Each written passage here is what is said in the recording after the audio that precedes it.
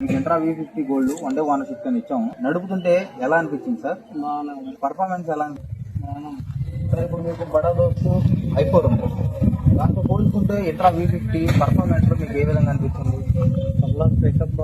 Pickup బాగుంది. Okay sir, మరి ఏమనుకుంటున్నారు బండి మీరు? అదే మారుద్దాం అనుకుంటున్నారు ఎక్స్చేంజ్ లో.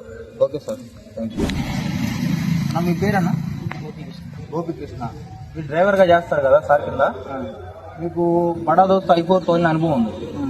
ఇప్పుడు ఇంట్రా V50 గోల్డ్ కూడా మీరు తోలేదు. ఇంట్రా V50 గోల్డ్ మీకు ఎలా అనిపించింది?